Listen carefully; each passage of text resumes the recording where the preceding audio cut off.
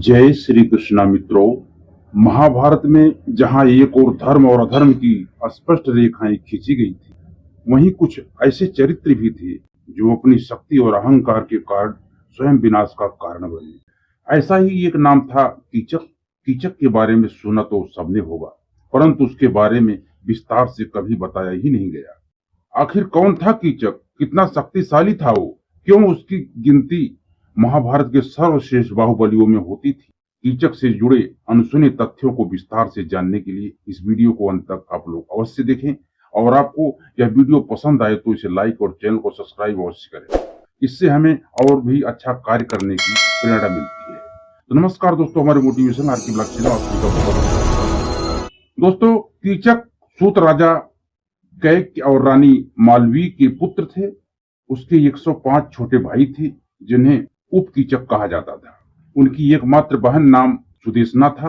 कीचक और उप कीचकों का नाम कालकेय नामक असुरों में यष्ट वाण के एक अंश से हुआ। विराट नरेश मत्स्य ने सुदेशना से विवाह किया और उस दिन से कीचक और उसके भाई भी विराट राजमहल में रहने लगे। कीचक विराट की सेना का प्रधान सेनापति था और उसने कई बार त्रिगतों के राजा सुशर्मा को उसकी सेना सहित युद्ध में पराजित किया था। वह अत्यंत बलशाली और कुशल गदा योद्धा तथा पराक्रमी वीर था।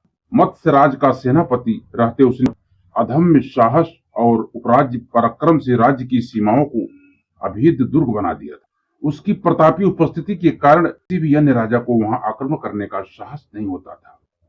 कीचक के मारे जाने की सूचना जब दुर्योधन ने सुनी तो वह हैरान हो गया। भरी सभा में वह बोला कि उसने अनेक आक्रमणों को सफलतापूर्वक विफल कर अपने राज्य की रक्षा की थी एवं वीरता का परिचय दिया था। मैंने सुना है कि कीचक, भीम, शल्य और बलराम शक्ति में बराबर थे और कुश्ती तथा द्वंद्व युद्ध के विशेषज्ञ थे। पृथ्वी पर कोई ऐसा नहीं था जो उन्हें हरा सके। वो ही एक दूसरे को हरा सकते थे। कीचक को निश्चित रूप से अन्य तीनों में से किसी एक ने ही मारा होगा। बलराम और शल्य बहुत दूर हैं और न ही उनके पास कीचक को मारने का कोई कारण है। शेष बचते हैं भीम। यह केवल भीम के लिए ही संभव है। दुर्योधन के वचन दर्शाते हैं कि कीचक कोई साधारण योद्धा नहीं था, वह भीम के समान ही बलशाली था। कीचक बहुत समय तक विजय अभियानों पर विराट नगर से दूर था और पांडवों के अज्ञातवास के अंतिम दिनों में वह राजमहल लौटा था।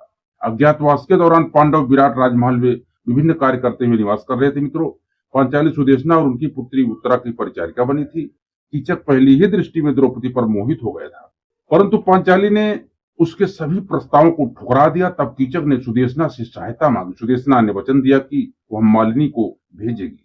सुदेशना के आदेश पर पांचाली अपनी इच्छा के विरुद्ध भोजन की थाली लेकर के पहुंची, जहां कीचक ने उसे पकड़ लिया, परंतु द्रौपदी किसी भी प्रकार कीचक को नीचे गिराकर वहां से भाग गई और उसी रात अपमान और पीड़ा से टूट चुकी द्रौपदी अपने पति भीम के पास पहुंची और उसने भीम को सारा हाल बताया।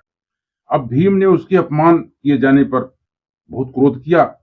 तब भीम ने कीचक के वध की प्रतिज्ञा ली। भीम ने पांचाली से कहा कि वह कीचक को अगली रात गुप्त रूप से नृत्यशाला में मिलने के लिए आमंत्रित करे। द्रौपदी ने कीचक को नृत्यशाला में आधी रात को बुलाया। कीचक अपनी विजय की भ्रम में आधी रात को नृत्यशाला में गया।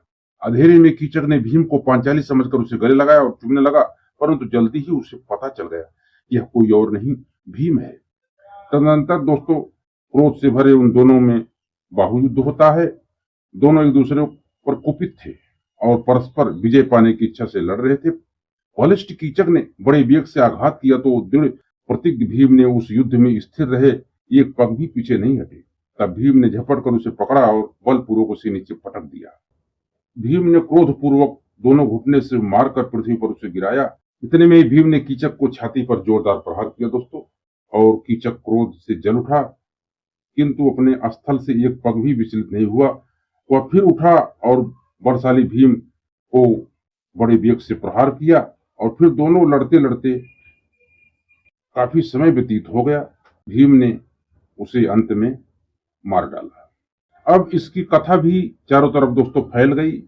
मृत्यु एक गंधर्व द्वारा की गई जो द्रौपदी का पति था। उप कीचकों ने अपने भाई कीचक का मृत शरीर शमशान ले जाकर उन्होंने घोषणा की कि उनकी मृत्यु के लिए उत्तरदायी पांचाली को भी उसी चिता पर जीवित जलाया जाएगा। वे उसी बलपूर्वक वहां ले गए। पांचाली की हृदय विदारक चीखें सुनकर भीम वहां पहुंचे और सभी उपकीचकों का वध कर दिया। तथा पांचाली को मृत्यु से बचा लिया। तत्पश्चात विराट राज की उपस्थिति में कीचक और उप कीचकों का अंतिम संस्कार संपन्न हुआ। तो दोस्तों ये था कीचक का जो है पूरा विस्तार से वर्णन। और आप लोगों का कोई राय हो, कोई सुझाव हो तो कमेंट में जरूर दें दोस्तों। कीचक कौन था, कीचक कैसे मारा गया, ये सारा हमने बताने का प्रयास किया। मुझे आशा है वीडियो आपको अच्छा लगा होगा। यदि वीडियो आपको अच्छा लगा हो तो मित्रों हमारी वीडियो को लाइक कर देना, और चैनल नए हैं तो चैनल को सब्सक्राइब करके बेल आइकन को जरूर प्रेस करें। मिलते हैं दोस्तों अगली वीडियो में। जय श्री कृष्ण मित्रों।